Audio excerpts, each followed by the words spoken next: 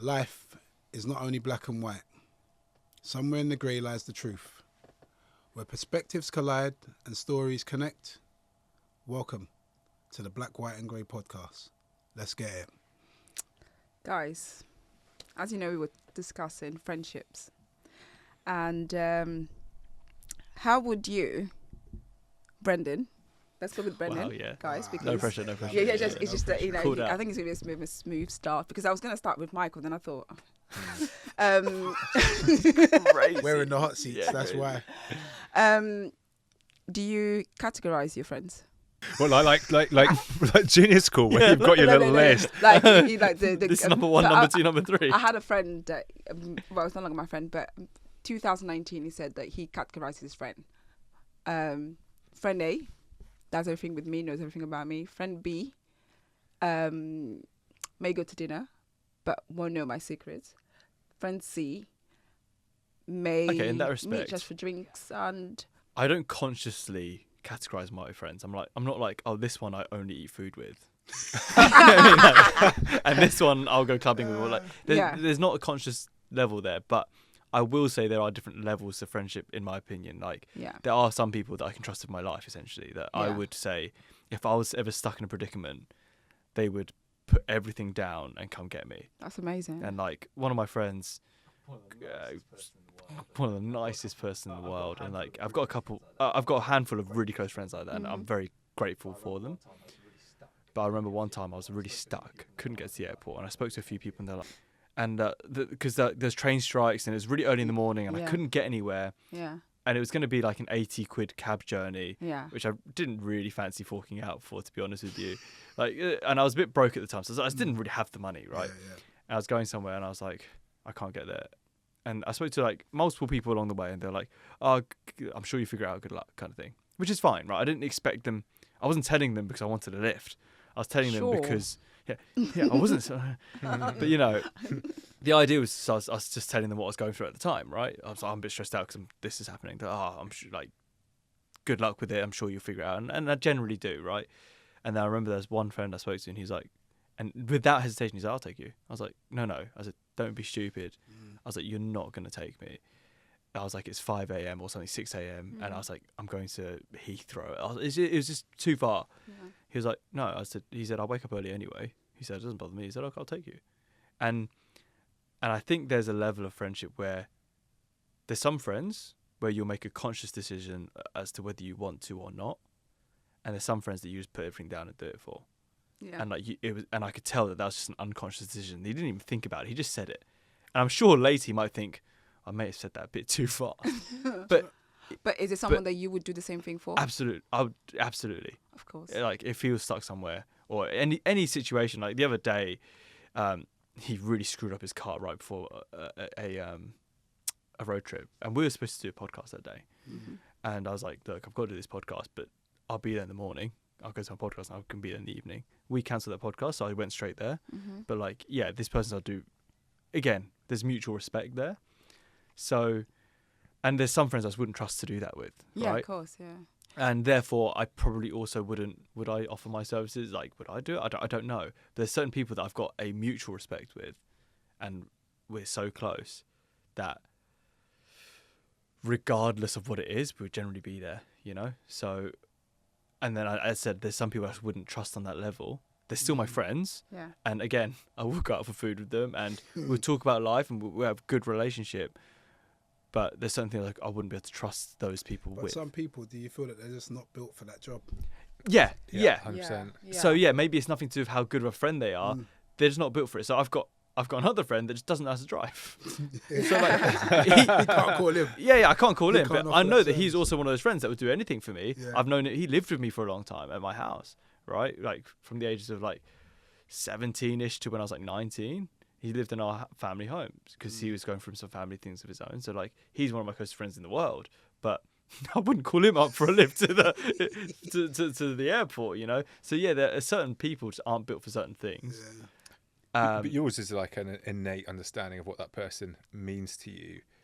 But like what you're saying about somebody labeling them, to me, that kind of puts you in the position of like the power broker of like, I've thought about who you are and what layer you're in, and therefore it's actually really hard for you if you're not the person I have dinner with. Well, how can I have a good dinner with you if I've decided you're category C and you're not allowed to have dinner with me? But do you know what I mean? It's just I like, see your point. No, I don't no. categorize in that aspect. no, but as in you just got like an innate felt sense. But this person, like, to me, that's Not like you, but No, it's not you, but the person you're yeah, discussing. that's like Machiavellian, like No, you know. it's when you explain that to me, it Top helped me tier, you're understand. bottom tier. So when Or you, do you get a promotion to the new category? Do you get How do I get up demoted? no, I was gonna ask that. Do you guys Yeah. demote and up? I was gonna Yeah, ask. I do. That Michael. I was gonna Yeah, come back. I don't know Michael's views on. I don't want to be on Michael's friendship. friend, so I can never lose the friendship. Do you know what I mean? I want, 100%. I was going to ask Michael about that because I know that he probably has a great point on upgrading and downgrading friendships. And at which point do you do that as well? It's a weird one. We've had multiple discussions as a group. It's a weird one. I think friends are overrated. I think the concept of friends are actually overrated. I tend to lean towards, if I bring you into my inner circle, you're my family. You're not my friend. mm, Do you Yeah, see what I I see mean? what you're So saying, you're okay. in. And if you're in, then we ride and we die. That's it. Like, that's it. But I'll be there 100%. Now, if you're on that outer ring, Where are we? like, We're definitely out of Oh, yeah, yeah, no, for It's sure. big. I think for sure, because you're in, you do you know what I mean? We got together and we haven't really been through anything together Yeah. that's substantial, right? Yeah. So for sure, but with what we're doing here, like all these podcasts, the more and more we speak and be honest and have open conversations, is the more and more I'm opening up and you're also opening up. So therefore, you become in that core group, and then you experience things, because that's technically how you get in there. It's just through experiences. Do you know what I mean? And it is things like, I've gone through death, you've gone through death within the same month. yeah. We're now experiencing things. So now when we're talking or we're just communicating in WhatsApping each other, we're now connecting on another level, Yeah, true that. and it becomes more meaningful. Now with friends, so to speak, that are, like I said, outer circle type friends, and I'm just talking about the ones that I've known for years, they're rubbish. They can be really rubbish. Like, take money from you and not pay you back, forget to pay you back, don't turn up when you want them to turn up late to things, like all blasé. And how do you really value them? And like you said, move them into that realm. Like, are they doing enough? Or are you feeding them as opposed to them feeding you? I do get that in terms of. I agree that I think in terms of in any relationship that's meaningful, there needs to be a give and take of some sort. You need to have value, right? Value. And I don't want it to be transactional. So it's not like I'll give you a $5, you give me a $5 back. Yeah. And it doesn't have to be financial. But I was talking to my partner about this. I was saying, if you've, for example, with my friends or very, very close friends, if I lend someone money, I'm not lending them, I'm giving it. I don't expect it back. Yeah. Because if I do, then that creates a completely different problem, right? Because I don't want to be sitting there chasing my friend or family. You're setting them up for success, right? Like you're doing the checks and balances that goes, I'm going to give you the chance to succeed in this role, rather than some people would give you that money and go, love Brendan, best mate, but I'm still got a little ledger for when you pay me that money back. But you know what I mean? And they could be your friend, so you could have one attitude. And Hang on a minute. No. I've borrowed you money because you've asked me to help you do something. I didn't work for you. Do you know what I mean? I've got nephews, nieces. I've got people that need money to help them grow. I didn't work for you. You pay me back. No. No. I think I've got And something. no, I'm just saying, that's the world that I am in. I'm never seeing it as I'm giving it to you. Like that. Let do me you think let me This intersect. is moral. Let me interject here. More than anything else. Let me interject here, like slightly. I've been quite fortunate to have friends from different backgrounds, right, and different demographics, social demographics as well. Yeah. And I've noticed, like, from my friends, from slightly more of a how can I put this in this Word it correctly, please. the nicest way possible. It's coming from a background that you may come from as well. There are lines. I would have found the word first and then decided if you're going to catch Yeah. into. No, but they're very black and white. So you if you're gonna say you're gonna do something, you're gonna do something. If there's loyalty, there's loyalty. There's like you say, It's so there's almost right and hardship and back. poverty, right? You Yeah, go from yeah. hardship and So poverty. so you know your lines, like when it comes to certain things you don't play with, and then people can make people feel disrespected. But when I'm around my Asian friends, money is always a fight to who's gonna pay. Like we literally fight to I pay and agree. stuff like that. That is true. And then we're like, and we don't care about money, and then I'll lend money, they'll lend money. It just doesn't matter. Yeah. This is what I mean. So But then when around the other demographics, it also depends on how much money those individuals have. Because if I know I'm going to lend money to my friend that doesn't have that much money, £200-300, I've got the sort of understanding that I may not see that money back, and it's okay because I love her. But if she was to do the reverse to me, I need to return that money, regardless of what I need to do, because she's in a different situation to me. Hang on a minute. She needs to. I want you to. I really want you to speak Go for it, right go. now. But Go, Brendan. I'll just to land on that before you Yeah. come in as well. I get it. It's not, and the thing is, it's not about the money. It's the morals. That's it. Yeah, so it's clear. It's black and white. So you're saying if it's a Mars bar, it's a Mars bar. If it's £5, it's a £5. Yeah. Because you asked to borrow it. It's the Okay. morals. You're a liar to me. but I'm not saying that they've Okay. asked to borrow. No, it, I'm just right? saying. Yeah. So, for example, say a close friend of mine was in a really tough position, and I was like, "Look, do you need help right at the moment?" Again, I can tell they're in a really tough. Like, they Yeah. can't put food on the table for the people they care about. They wouldn't. They've got too much pride to ask me for money. Yeah. But I would offer to be like, "Look, let me help you out." Volunteering. Yeah, Yeah, I don't yeah. need that back. I don't expect that back Agreed. because for me, that person provides so much value in my life, and that's kind of what I was going with in terms of Yeah. transactional. Just because I've given them, let's call it £1,000, right? Yeah. If they needed £1,000, just because I don't expect the grand back, I do expect it back in support and emotional support or physical support as a friend. Do you see what I'm Yeah. saying? As a Yeah. relationship. So What if like, I don't get that? well, if you don't get that, then they're no longer your friend, right?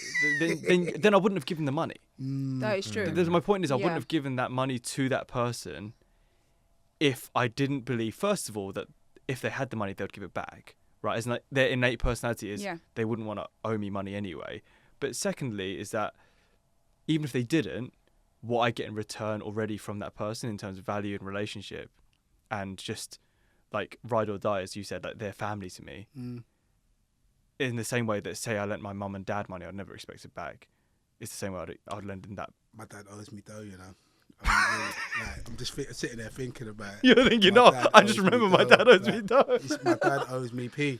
Like, where's my money, Dad? My dad owes me money. No, listen, I totally agree.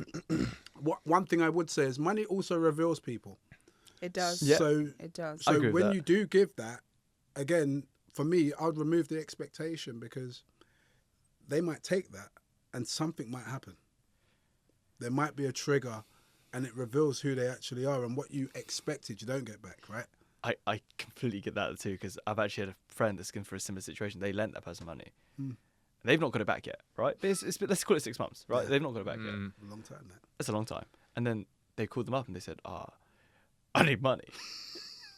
And that person's already said no once before because they don't have it to give, or they've not comfortable to give, and they've asked again. And then I'm saying, well, then is that person there for you anymore? Yeah, your role as the person who's borrowed money is Yeah. to make sure it's not them chasing you for money. You're offering the information, going, I can't pay you back this week. I'll be back in 2 weeks or whenever. But you've got to manage the situation. Yeah, so that person has asked for money, and I agree with you in that respect. If you've asked for money, you got to give that money back because you've asked for a favour. Yeah. Right? You're not said, can you just give me £1 million because I need it? Like you've said, I need 500 quid this month because I'm running low, but I will give that back. And you've said I will give it back. Yeah, you've by said next you've given it Wednesday. back. Yeah, and say I'll you've pay not you done next that, week. then you've already lost the rapport as a friend because you've just not paid that back. And secondly, you can't then ask twice again for more money. Wow. This is what I'm saying. And then Yeah, that but point, you've proven yourself as a liability. Do you know what I mean? And it comes in two different ways, right? Like somebody genuinely, maybe their car gets hit, they get, don't get the insurance claim they wanted. They're in need of a tither. But if somebody's living reckless, spending money, and they bought themselves nice things, and then they've run out of money, And it's like they've asked- you're being a liability and that's a problem.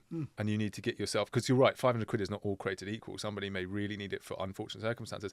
Somebody else may need it because they're just not balancing the books of their own. I might have needed it to get to the podcast. Do you know what though? I don't think, and I think it's easy to sit down when you've got a level of income coming in and say what we're saying, but there's also a mental health issue attached to it. We don't know if these people are addicts to some things. They could be addicted to gambling, drinking, Of course. whatever it is. So the whole notion of the reason why they've got no money in the first place might stem off of an addiction which is hidden. It's so interesting you say that, because I've got another friend that's been dealing with this. Exactly what you said.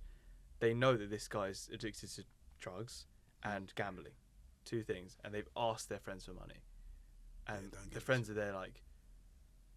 And then one of the friends, that he's a really nice guy, he said, "Look, I'm not giving you money, but I will pay your rent for the month, because I want you to survive, but I don't want you to go spend my money on gambling and drugs." Yeah, but I think that the problem with addictions is you're still enabling at some point, right? And they Absolutely. always say until that person feels hardship, so they might have to go homeless, they will never know or never be ready to face that demon that's eating them inside. And they always say until they hit rock bottom or ground zero, then they are active. And I know a few addicts that have hit rock bottom and made decisions, conscious ones. And even when with those same people who are in recovery, 9-10 years sober, they've also said that, like, we've met people that are, you can see they're addicts, and they've also said no, they can't get help, they have to want it themselves. But if there's people enabling them consistently, they'll never be ready to get it.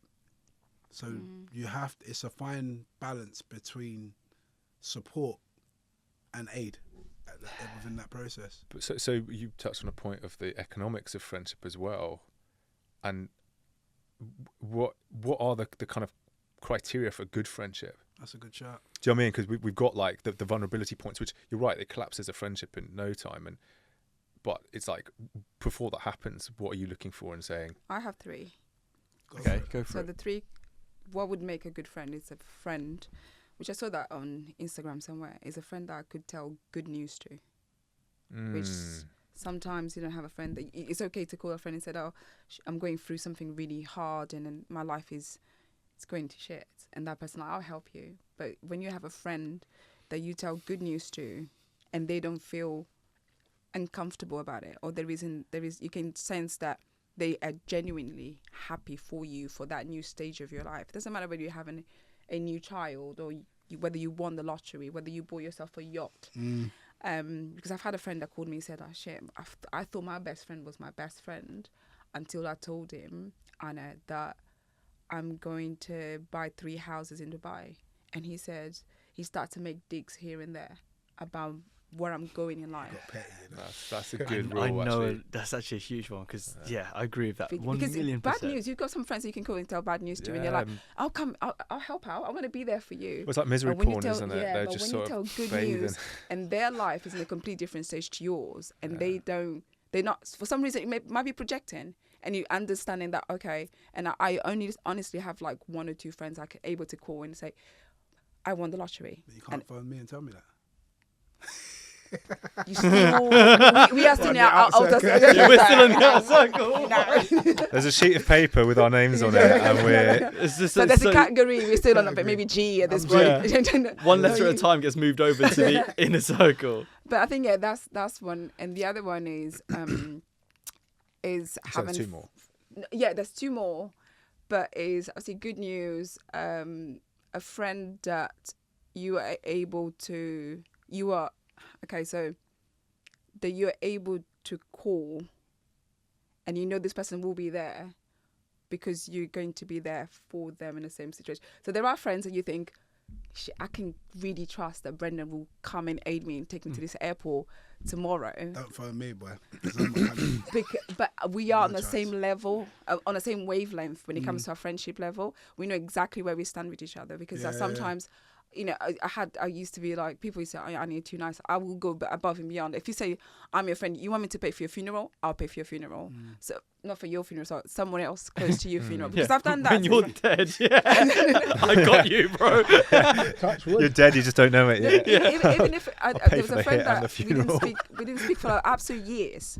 And then I found out her brother had passed away. And I was like, oh, I know her situation. I don't speak to you often. We haven't spoken in years, but I know exactly where you are at this point in your life. And you're going to need this thing sorted. And I just told my cousin to sort it out. And I said, oh, that was back in Portugal.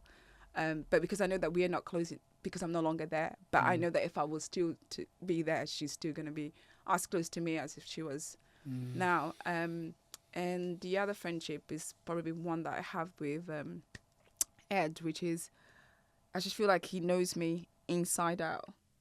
That's nice.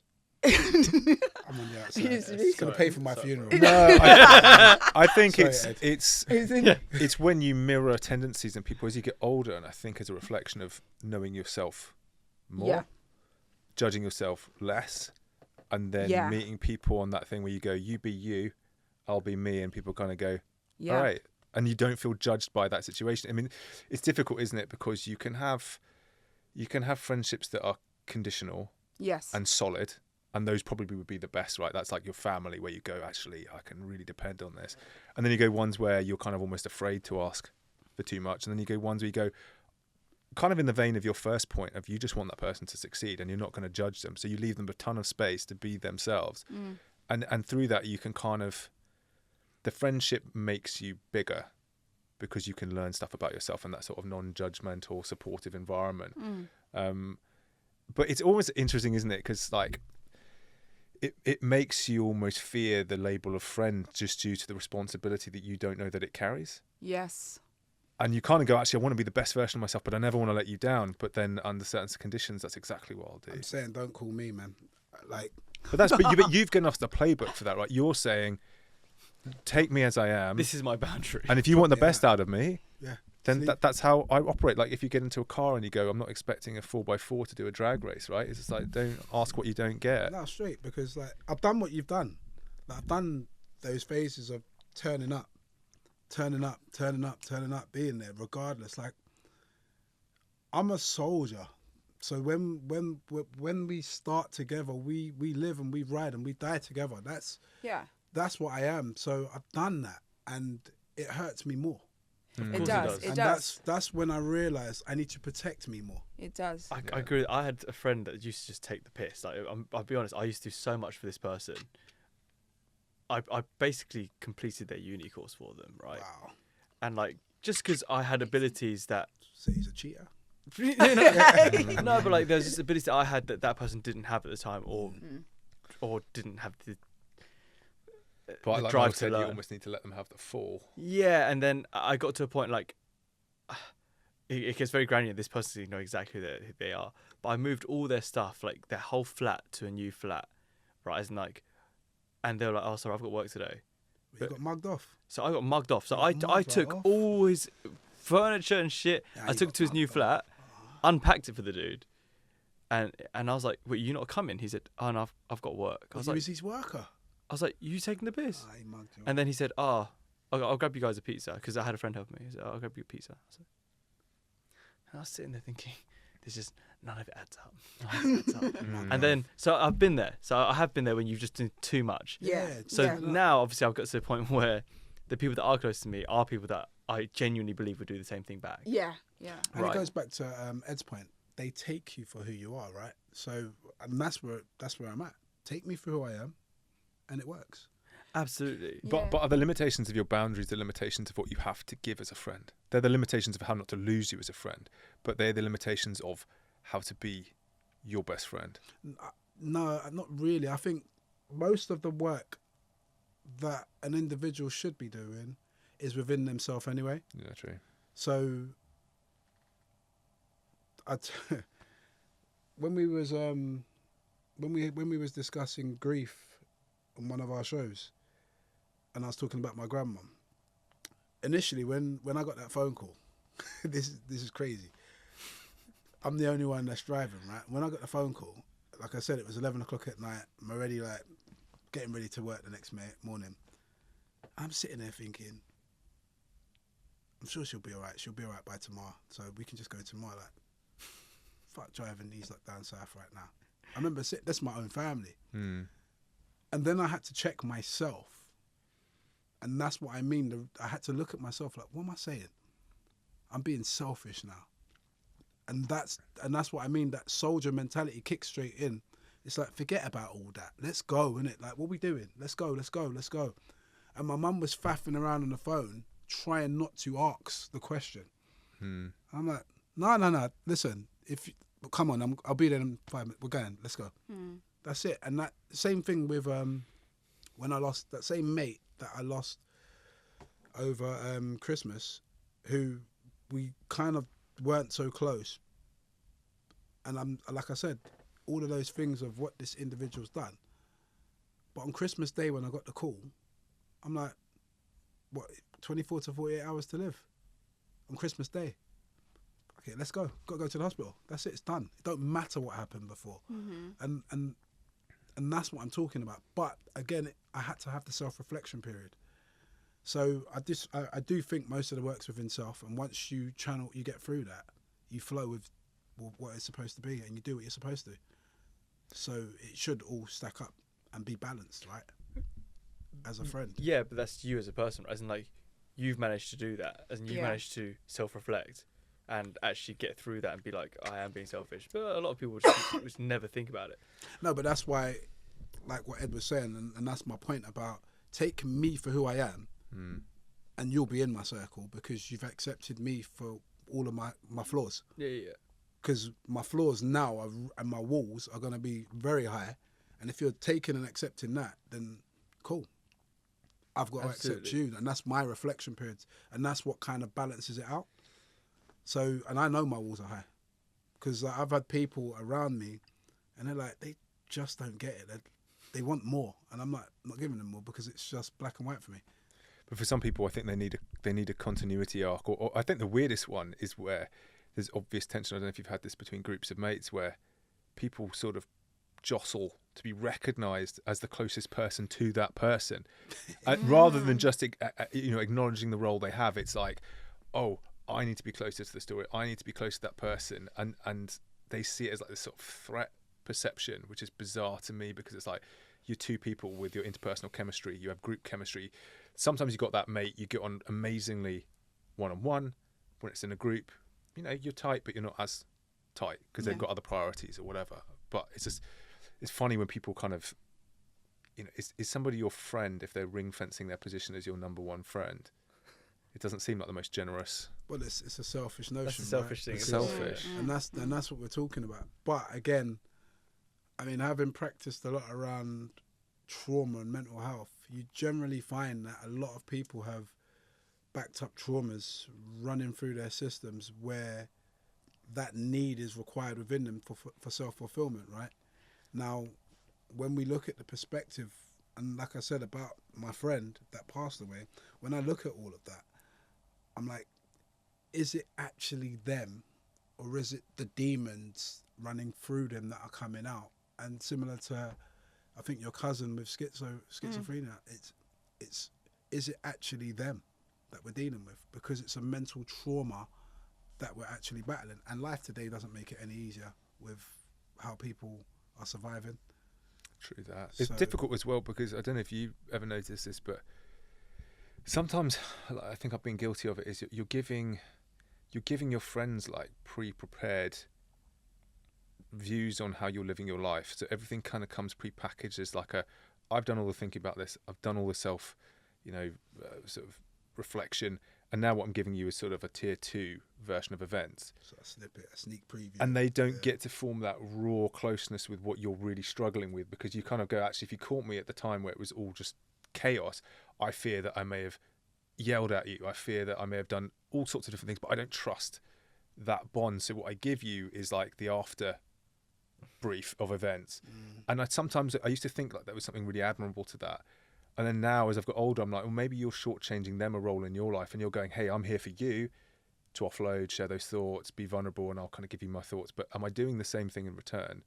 And I found myself sometimes going, actually, I don't think I am. And that's not fair. And I used to think it was the most fair because I'm not burdening you. But maybe friends are okay to burden. Yeah, I think you should burden. They should be. I want you okay. to burden me.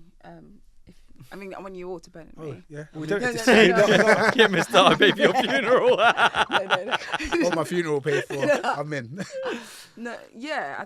But do you seek that in your friendship? As in, like, do you know what I mean? Does that make you thrive in terms of being able to take people's pain away from them and help them? Yeah, because what's the point then? Well, the point is that they get to have a relationship with you and go, I just like hearing how Anna's day was. She doesn't need to save me from my sorrows or my pain. I don't have the savior complex, but I would want to, like, let's say, if I consider you to be my friend, if you are in any sort of trouble, I want you to be, like, I want to be in the list of the first people you're going to call and say, or even if you've got great news, I'm so good at celebrating you and your good news.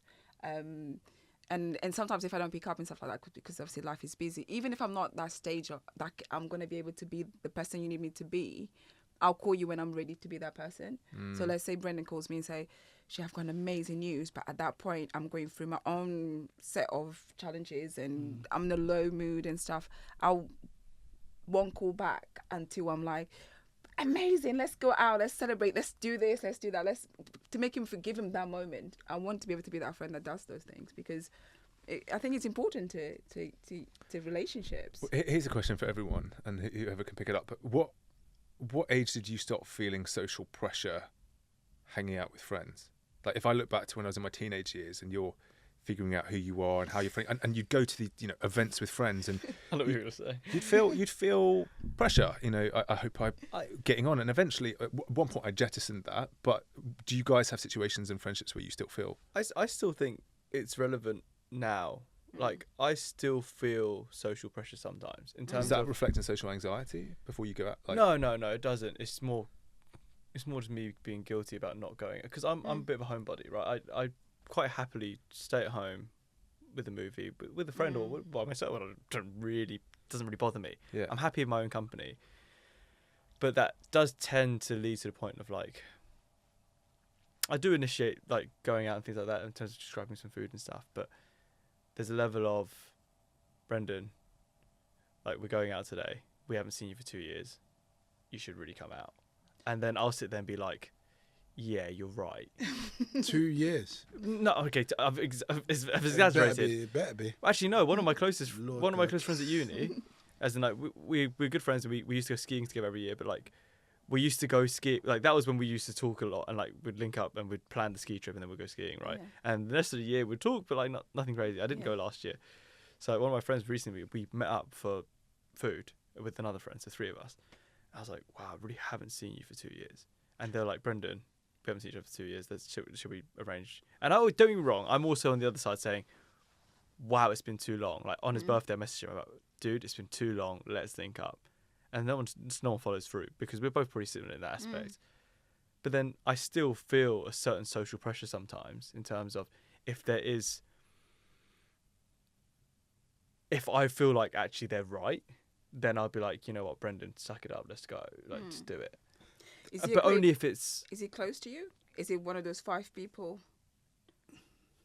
That's a really tough question to ask. Don't answer it. Don't answer it. It's grey area. Grey, it's the black one. Yeah. He's close. He's a good friend. Yeah. As in, like, Oh boy. if I was... He's going down a rabbit hole. Yeah, if he was there, I'd be there for him in terms of tough times, whatever. But then he wouldn't be the person I'd reach out to if I was going through a really rough time, nor would I be the person he reaches out to. I know that. Yeah, that's fair. Right, so That's again, fair. it's mutual. But that's interesting as well, because guys, I've noticed, can readily displace that role onto a partner. They suddenly get a girlfriend and all their emotional baggage is, like, bound into this, like, little unit, and the rest sort of hides in that space. So roles change. Hate those guys. Yeah, Michael, First people to disappear when... yeah. Michael told me about those guys when I met him. I said, I had a friend that just locked me off and blocked me everywhere. It was like, it's not him. I know people like that. Does he have a girlfriend? I was like, yeah. I was like, well, Drop them out. Just get rid of them. No, because No, there are they're people waste. that disappear off the work. No, they're useless. Get rid of them. Yeah, no. They're not your friends. They're acquaintances. They're using you. It's... Yeah. You're right. And then it's funny because whenever they break up, they're like, they start reaching out. Yeah. Oh, Now drop them I know out. we haven't spoken for like 2-3 years. I'm like, bro, you just disappeared. Like, Drop them out. what are you talking about? What? Guy code, and you're dropping me out for a girl? Yeah, It's exactly. funny. The first thing I say to anyone that's like going to be a potential girlfriend or whatever, I say, just so you know, if you don't get along with my closest friends, then that's a you problem. Because my closest friends are a reflection of who I am. Tell them straight. No, I do, because I said, like, and if you were to ask any of my exes, they'll tell you the same thing. It's the conversation, one of the first conversations I have, because I'm like, if you're going to meet my friends and you don't like them, they are literally a reflection of me, because we're all relatively similar, or at least have the same mentality towards most By things. the way, my friends ain't a reflection of who I am. This is for the podcast. No chance. You're like, if you meet my friends, it's not me. It definitely ain't me. I've got some wild ones, and they do some wild stuff. It's definitely not. They're not you. No chance. Just I mean, we've disclaimer. got elements, 5%, 5%, but the 90% of what they do, drop me out. I love them though. I absolutely love them. The story, like, I love them. I love them. And one day you'll all meet them and be like, I see what. I see what you saying. Seriously. So yeah, no, not for me. So, but then again, even if they weren't, so some of my like closest friends, but they're all good people. Yeah. So if you don't like them, I'd say it's more of a problem with you than it is a problem with them, because I've known these people for. Actually, you know what? Let me not put a time on it, because some of my closest friends I've met in the last 2-3 years. Yeah, Right. So let's not even talk about that. But I've got a relationship with these people that are so tight that I know them inside out. A bit like how you guys know each other inside out, right? So it's like, if you have a problem with them, then you've got an innate problem, full stop. You break up with the girl if she doesn't get on with your friends. If it was one of my closest friends, as in like out of the people that are my Family do or circle, dies, yeah. my family essentially, you're like your inner circle, and they really didn't like them, I'd think the girl would go way before my She friend would just leave anyway. I wouldn't break up with a girl based on that. I think she would potentially just leave because she can't take, because the energy that they've got anyway is wild. And I think similar to yourself, I would always gravitate to my family friends, regardless of what situation they're in. She'll probably get pissed off that I'm with them. But I think it's okay for.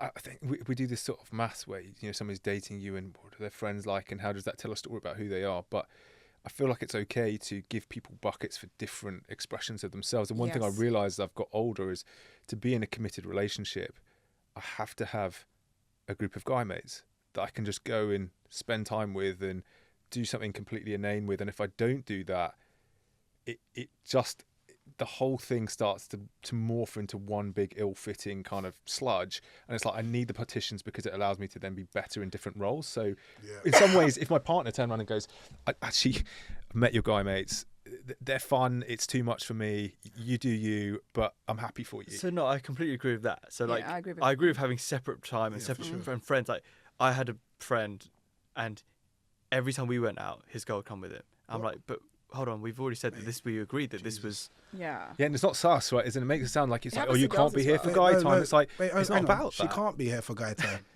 I just don't get it. It's guy time. Like, Why are you we've here? all taken time out because we all want a certain thing, right? As in, like, Why are we're you spending here? time with each other as friends. I was like, and I never complained about it, obviously. And it got to a point where if I invited him out, I know that it's a package deal. No, then you're not coming. He gets dropped out. Well, Yeah. this is what I mean. So therefore, that person then gets invited to less things. No, he just doesn't get invited. No, I would have done a Michael, because it happens to females What do as you think well. this is? When they want to bring their boyfriends to things, once they get in a relationship, they simply forgot that they are an individual rather than a duo. Yeah. So I would have dropped that person off. Yeah, you Well, got this to is what go. I mean. I don't know what you're doing. That's the only time I've So become a bit I do agree that. ruthless. Yeah, that's the only time you guys agree. Yeah. No, but I agree that in terms of, like, you do need that partition, but then I think where my point was if this doesn't. Well, you if have there's an integrity, innate right? You are essentially saying, I'm sticking up for who I am. I'm not going to mold into something that just fits this relationship, which is great, because I think what you want with anybody is not to feel like you've completely shifted the direction of their life, because that's a lot of pressure. You kind of want to go, you're you. I met you as an individual with your own life. I respect that. Yeah. We'll find some stitching points, but as soon as we absorb each other, it feels good in sort of a codependent way, but it starts to turn real bad real quickly. That's what I'm saying. I think my strong belief is that everyone needs to be happy, and on their own path before they can be happy together. Together. Right? So like you're always running parallel, and there's times, as you said, you stitch together at some points, but it should never be.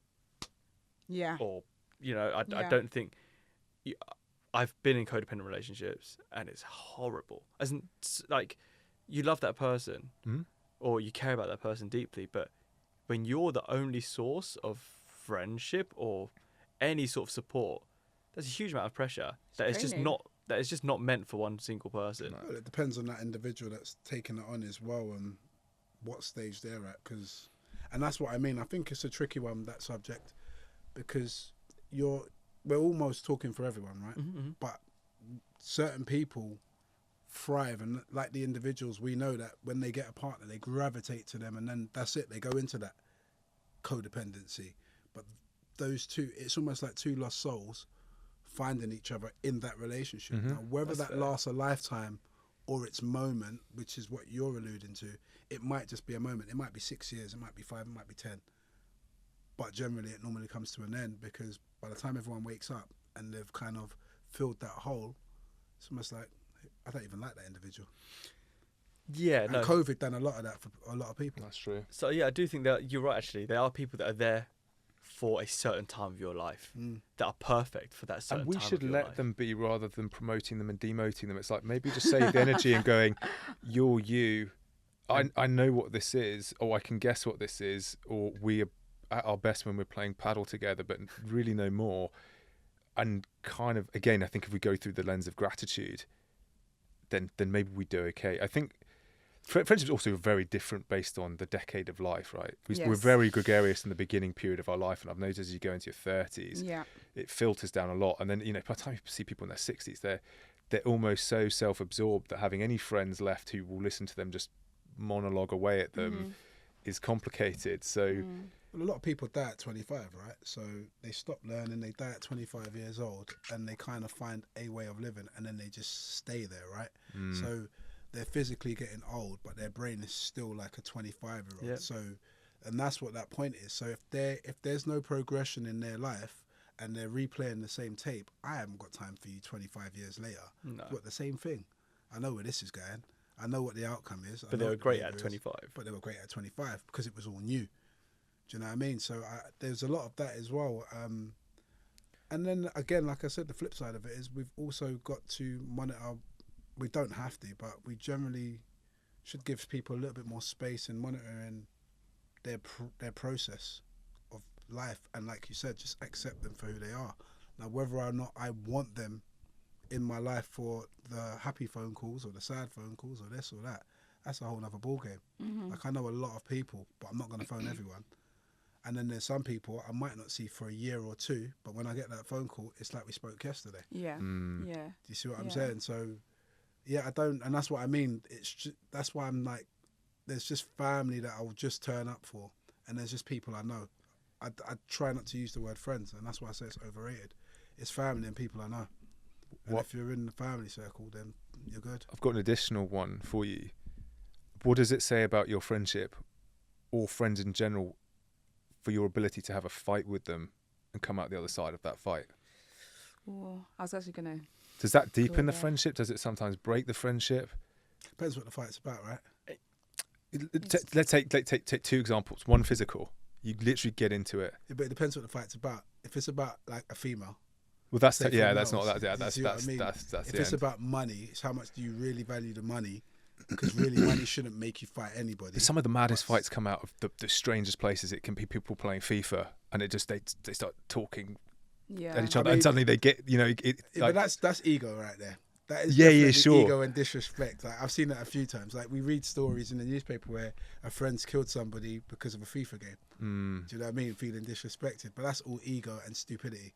It is. Do you know what I mean? Like, but are you? And they go hand in hand. But you're referring to fighting as in, it could sort of ignite over anything because somebody has, I suppose, some sort of trauma or personal trauma, or the person doesn't like you and they're just looking for something to really... I was thinking about our friendship. We met jiu-jitsu, and then I thought, sometimes I did jiu-jitsu and I wouldn't have said 5 words to this person. Yeah, I've seen them week after week. We've fought to the point where one of us has submitted the other one. I was like, what a strange bond that is, where you end up trusting them because you put me in situations where, essentially, if this were a fight in real life, I've lost. I've tapped you on the arm, you've let go, we've moved on, and you wanted the best for me. That's why you didn't go easy on me. And so there's this weird respect, and I kind of go, I feel like I know you in this really strange way, and it is combative, but there's trust there, and that trust like bridged a gap and a sort of respect that wasn't based on words, it wasn't based on anything, and yet it was hugely confrontational. And then it got me thinking about fighting downstream of that. So I think, to your point of what fight am I talking about, I don't think somebody's a friend with you if they have a non-confrontational fight with you, but they punish you for the consequences of that perceived injustice, right? They will not bring it up. You can't exonerate yourself. Yeah. But a fight where you guys actually get into it, what are your thoughts on? But it just depends on which stage you are in your life, right? Because I think if we were in our 20s and having the lack of maturity to be able to, one, decipher the feeling, reason it on why you both feel that way, or even, and then to go surpass that period where you're upset and not to take offense and just completely ignore that it's justified, it's just two human beings being slightly, for whatever reason we weren't connecting that point. But I suppose at this age, it's I would say we would deal with situations differently, and I think I could have a fight with you, Michael, in a different way that I could have a fight with Brendan. Like it's just, even though we sort of getting to know each other, but I can have fights with some friends knowing that it will be okay, and then we can surpass that moment. But some may take that completely different, but even that, the closeness that you have to be able to know that I can be open and express the fact I'm really upset with you. You did something that annoyed me. For you to be able to apologize, or for me to be able to apologize, is a different level of friendship. The maturity level there, because someone could be the same age as us, hitting their 40s and still not being able to get to that level of an understanding. They could be in their 50s, 60s, and still not be able to do that. Yeah, I think it's circumstantial, right? Indeed. So, like, again, some people, you might get into an argument and it might ruin that relationship. But then I've got someone in my life that I probably argue with this person more than I've argued with any other friend, right? But what that has spawned is the fact that we are now ruthless enough. So if we catch someone doing something wrong, we'll be like, I'm going to be the one to check you on this. And I'm probably the only one in your life that can check you on this, because not everyone else is too scared to say it. Amazing. Whereas I've argued with this person, so I don't care anymore. I'm going to sit here and argue with you. If I need to argue with you to get this through to your head, that I need to check you, then... See, that's too much energy for me. And that's what this is what I'm talking about in terms of, like, take me for who I am from the off, because I'm going to tell you that from the off. So don't phone me if you want sympathy. Phone me if you want the truth. But Michael, you need to have that in the receiving end as well. Someone needs to be able to come to you and say, Michael, you've been a bit of a dick. Yeah, but that's fine. But how would you take it? No, and I'd sit here and say, that's your opinion. Really? You wouldn't try to reason it inside that? No, because it is your opinion. Interesting. It is actually your opinion, right? So, great. But then if everyone else thinks you're a dick, and no one else, then it's up to me if I want to be the dick. Because if I'm happy with being a dick, because I'm happy with who I am, you are, then I'll carry on like that, because somewhere else somebody's appreciating me being a dick, and that might be better for me. Are they appreciating, or are they enabling you being a dick? Yeah, it's fine, whatever it is. No. It could be. This is actually hypothetical. Sounds a bit personal. No. Because sometimes I've seen people enabling others. I've had friends that enable other friends, and I'll sit there and thinking, why are you enabling this? And I'll lose respect for both parties, like for the enabler and for the person being a dick. And it's like, and because sometimes it's the person's being a dick and is not accepting that everyone else thinks they're a dick. There's a self-absorbed a little. I agree. It's narcissistic a little. No. True. But it goes back to your point. If everyone's telling you, you better take heed, and if you don't, then cool, innit? You're being ignorant at that point, especially depending on what age you are. Of course. And stuff like that. So that also exists. But I also think, I mean, for me personally, because I've had like, oh, you're rude. I get told I'm rude, like, weekly without a fail. I can see that. But no. But the thing is, I wouldn't be surprised if you could. But one thing that, like, I understand is you got to also understand words and have a bit of thick skin for the society we live in. Like, not a lot of people are ready for the reflection of their own nonsense. True. So if you're going to be a truth teller and be the reflector of nonsense, you're going to get called a few things that people just don't like. And unfortunately, That's you true. need to be real with yourself to say, was my timing right? Did I say it with the right tone? I'm in the snowflake world. Yeah. And there's all those other elements. And like I said, one of the core things that I've practiced is mental well-being and mental health. So I then have to check myself and look at my responsibility when I'm delivering information as well. So Yeah. if I do get told that, I then have to back up and be like, all right, maybe they're not ready. Call back up. Just give them the space. But they'll get there and when the time's right, because the seed has now been planted.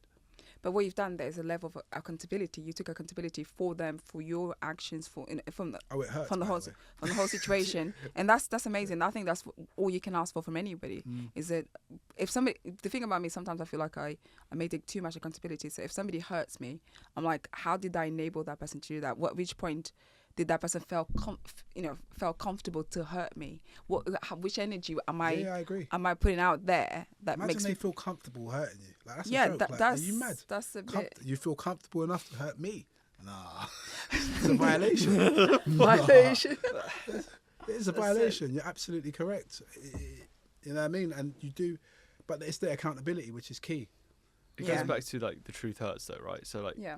as I said, with this particular individual, there's been times where I'm like, if I say this now, is it going to completely ruin my relationship? And then you get to a point of, actually, am I willing to lose that relationship to help that person be a better person? Yeah. Or am I just going to let that person, everyone thinks that person's a dick, am I just going to let them, let them lose their relationships around them just for the lack of conflict? They have to fall. They have to fall. Yeah, so That's the only way to learn. So do they fall, or do I tell them? Because they're going to fall regardless. Because they're going to hear it from, even if they hear it from me, that's going to hurt, right? If you think you're a great person, and then I go to you and be like, I'm not going to use it again, Ed. I go to you because I feel like Michael's just taking so much heat today for no reason. So like, if I go to Ed and be like, Ed, just so you know, everyone thinks you're really hard work and that you're just a pain in the ass, right? That's going to hurt Ed regardless because he doesn't think he's a pain in the ass. Because no one wants to believe that they are a shit person. So yeah, they're going to hit rock bottom regardless. But am I going to risk my one relationship to save that person's multiple relationships in life and help that person grow? I will guarantee you, if you're the first person to tell them that, they'll respect you for it better than everybody else that allow them to continue being a dick. And it depends on who, because I would respect somebody to do that for me. I think some that's a people favour. would take it completely No, wrong they way. can take it wrong at the beginning, and then when everybody else, they'll respect you for it. Because there's one thing that I've learned over all my journeys of just being what I would classify as real and truthful to a lot of people, is I've lost a lot of people in the process, but they will always come back and say, thanks for telling me.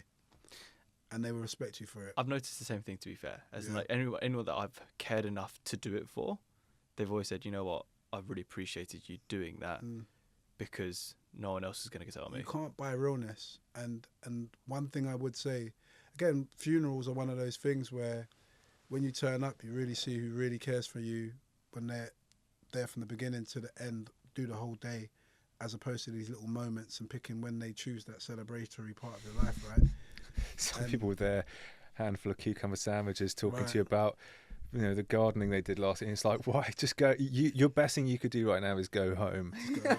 You being here, I get it, and we've taken the registry. I know you're here, but It's funny because I said to one of my friends, I think when his mother died, I was like, no, it wasn't even his mother, it's somebody else, but it was the same guy.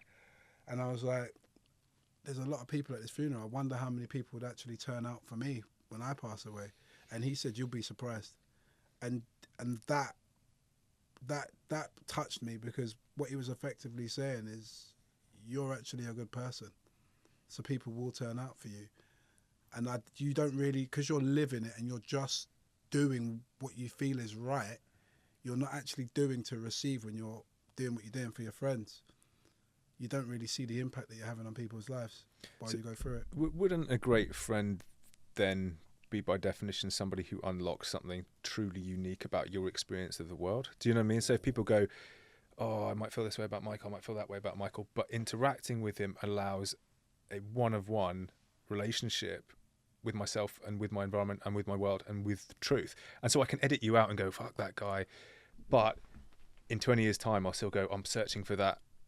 I don't know if it's a great friend though, because I can sit here and reflect on everybody that I've met through my process that I don't talk to no more. Like if we meet each other, like yesterday, but we don't talk to each other no more. Like we're just living in different worlds. We've got different things going on. That have activated some stuff in me that I like. That guy that I'm talking about, I don't talk to him no more. But we used to be together every day, talk to each other every day, just fulfill whatever need was required at that time. Now we don't. So would I call him a good friend? No.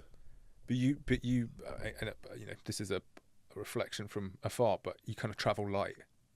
Do you know what I mean? You've got your suitcase packed, but it's yours, and you're traveling light. And is it a preservation of peace? I don't know if I'm traveling light. There's a lot of baggage. Fine. No, go on, but do you know what I mean? It's like, is it? You know how you keep yourself mentally healthy, well, sort of maintained for life, and you go, this is how it operates best, and therefore there's room for these sort of friendships or transiencies or moments in time. But do you see that changing? And is that the way it always was? It's changed. So I've created this world that I'm living in now, definitely, because I used to be the centerpiece to all of my circles. I used to hold events. I used to be the go-to person. There was a time when my phone just wouldn't stop ringing. And then I outgrew it, and it's like, I need space and I want to be alone. So I've gone from an extrovert into an introvert. I want to be in me. And I've kind of secluded my world from the outside. And then I was like, what do I really want? And again, it's a lot of self-reflection to find out who I actually am. Or am I being for everybody else, right? Am I feeding everybody and starving myself? What am I doing? And then I had to wake up, and then it was just like, I think COVID done it as well, and that's only recent. Then I'm like, nah, I need to start doing for me. And that's when I just created that world and said, I'm traveling light, and done a lot of self-reflection. And I love my journey now, because now I moved into the world of just flowing more and just being present. And we had one of these discussions as well, and that's what it is for me. So in terms of friends now, yeah, I love you all. And I've got gratitude for everything that you've done for me and everything that we're going to do moving forward. But I don't classify, I'm not in the process of classifying good or bad now. I'm accepting you for who you are, and we're just being. And will that change? Who knows? Can't predict the future. I've got the sort of the opposite issue where I won't speak to somebody for like 5-6 years, and then forget why I stopped talking to them, and then just call them randomly. It's like, why did we stop talking again? And then try to seek that moment or the friendship that we've had, and then noticing that we both have changed so much that there is nothing there to hang on to anymore. And you have like a dinner, it's like, we definitely need to meet up, or we definitely need to, the promise that you're going to rekindle that relationship, and then you meet, and then you typically feel completely underwhelmed. I'm just like, oh, this isn't what I don't know what I'm looking for, but this isn't what I got from this relationship. So if we stop talking, and I hate to stop talking to people, so, and then we stop talking, we haven't spoken for about 10 years, I will be that person that will call you randomly saying, Michael, what happened? Nothing, Anna. No, I'm just saying, this is an example. No, because I do that, I've been doing that for the past couple of years a lot. And I'm asked, why? Why do you do that? Why do you go back and try to grab these people? Why do you go back? That's a question you need to ask yourself. Because you're the one doing it. Because technically, you seem like you're trying to fulfill something that's missing within you. And trying to find those people that might go back. Because they've already gone. Yeah, they've gone. So why? I just find it hard to accept that it was just a passage. It was just that. One of my friends does it. He's like, oh, remember Rare from school? Should we contact them? Like, contact them? like from second, drop me out, mate. Like, I don't even want to see these people again. I'm happy that they're not in my life. But no, there is some sort of self-fulfillment within that process, because something might be missing and they're trying to fulfill that moment. I don't know. I think it was sort of began when one of our friends, childhood friends, contacted me randomly and said, come to my wedding. And he moved to, and then I called my other friends and said, do you want to go to his wedding? And they were like, yeah, we're going to his wedding. He invited us all. So when we got there, it was like seeing my past. So everyone I had not seen for like 15, 18 years, 20 years. And you look at them and like, oh my God. And you hug. And then there's nothing else. A bunch of emptiness throughout. And it's just, but you're really happy to see them. You're really happy to eat and dance with them, but there is nothing that you connect with because I'm a completely different person to who they are at this point. And maybe it's me, and maybe it's not them, because some of them managed to stay in touch. And then, but he's so sweet. I appreciate the fact that last year he was like, come to my son's first birthday. Do you want to come? And I don't speak to him for like 2 years, and he calls me, and I'm like, I really want to go, but you live in Manchester. I'm not going to travel there. But if he was in London, I would have been there, even though, I don't know, maybe it's cultural. I definitely think there's some sort of mental element where we need to.